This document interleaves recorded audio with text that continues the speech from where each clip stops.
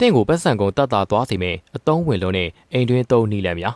ဒဲအိုးကခွာရခတ်တဲ့ဂျိုးတွေကို surprise ထည့်စင်ပြီးတညထားလိုက်ရုံနဲ့အလွယ်တကူခွာချနိုင်ပါတယ်ပတင်းပေါက်ရှောက်လန်းကိုတန့်ရှင်းလုပ်ပေးဖို့အတွက်စပင်မုတ်ဆက်ရဲ့အနောက်ပိုင်းကို mask နဲ့အုပ်ပြီးဖြတ်ထားတဲ့ plastic ဘူးကိုတက်လိုက်ပါလေးစုပ်ဆက်တစ်ခုကိုအသုံးပြုနိုင်ပါပြီရေမွေးသုံးလို့ကုန်ရင်ပလင်းကိုလွတ်မပြစ်ပါနဲ့အထဲမှာအနံ့မရှိတဲ့လိုရှင်းကိုထည့်လိုက်ရင်ရင်နံအသင်းတဲ့လိုရှင်းဖြစ်သွားပါတယ်တန်ကြီးတက်နေတဲ့ဓာတ်တွေဂျေးချိုးဖို့ကတော့တံမယိုတီးပဲလိုပါတယ်ကျဲဥတလုံးခုံခွာဖို့တိုင်ပတ်နေတော့လားဒါဆိုရင်ဥရဲ့အစိုးနှစ်ဖက်အကာကိုဖွင့်ပြီးအပေါက်သေးတဲ့ဘက်ကနေညှစ်ထုတ်လိုက်ရင်တော့အခုမပါတဲ့ဥတလုံးရပြီပေါ့ထမင်းတည်လိုက်လို့စံပြုတ်ဖြစ်သွားရင်ပေါမိုးတစ်ချက်ကိုအဲ့ဒါနဲ့အပေါ်တင်ပြီး2မိနစ်လောက်အပူပေးလိုက်ပါပေါမိုးဟာရေစုပ်လိုက်တာကြောင့်ချက်ပြီးသားထမင်းရလာပါမယ်ငါးရိုးကိုလွယ်လင်းတကူနှွှင်ကြည့်ရင်တော့အမီးပိုင်းကိုခရင်တစ်ချောင်းနဲ့ဖိထားရင်ငါးကိုနှစ်ပိုင်းခွာပြီးရင်တော့အယိုးကိုဆွဲထုတ်လိုက်ရုံပါပဲတရက်ဒီတစ်လုံးကိုမြင်မြန်မှဲ့ရင်စံအိုးထဲသာထည့်လိုက်ပါတင်ရေချိုးကန်းတွေကရေပန်းမှာဂျီးတွေပိတ်နေတဲ့အခါမှာရလာကပြူဖြိုရတဲ့တရက်နှစ်စိန်ထားလိုက်ပါဂျီးတွေပြောင်းပြီးရေအားကောင်းသွားပါလိမ့်မယ်ဒီလိုသုံးဝင်တဲ့နီးလန်းတွေကိုစပ်ပြီးတင်ဆက်ပေးသွားမှာပါ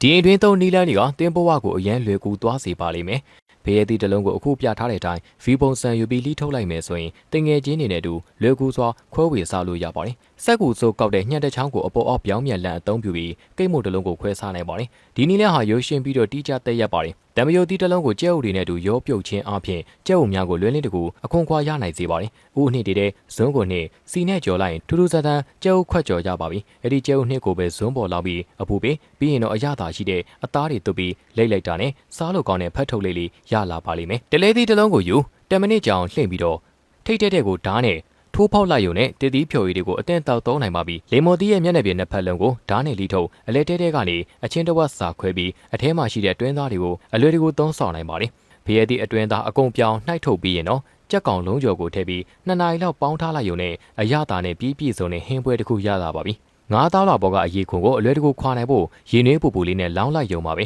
ငကမောင်တီးရဲ့အနာတာနှစ်ဖက်ကိုလီထုတ်ပြီးရင်တော့အလေကနေတစ်ချက်အရာပြီးဒါဆိုရင်အခွန်ကိုအလွယ်တကူခွာထုတ်လို့ရပါပြီတရုတ်နန်နန်အစည်းတဲကတချောင်းကိုယူအရင်ပိုင်းကိုချိုးပြီးဆွဲသွားခြင်းဖြင့်လွယ်တကူအခွန်ခွာနိုင်ပါတယ်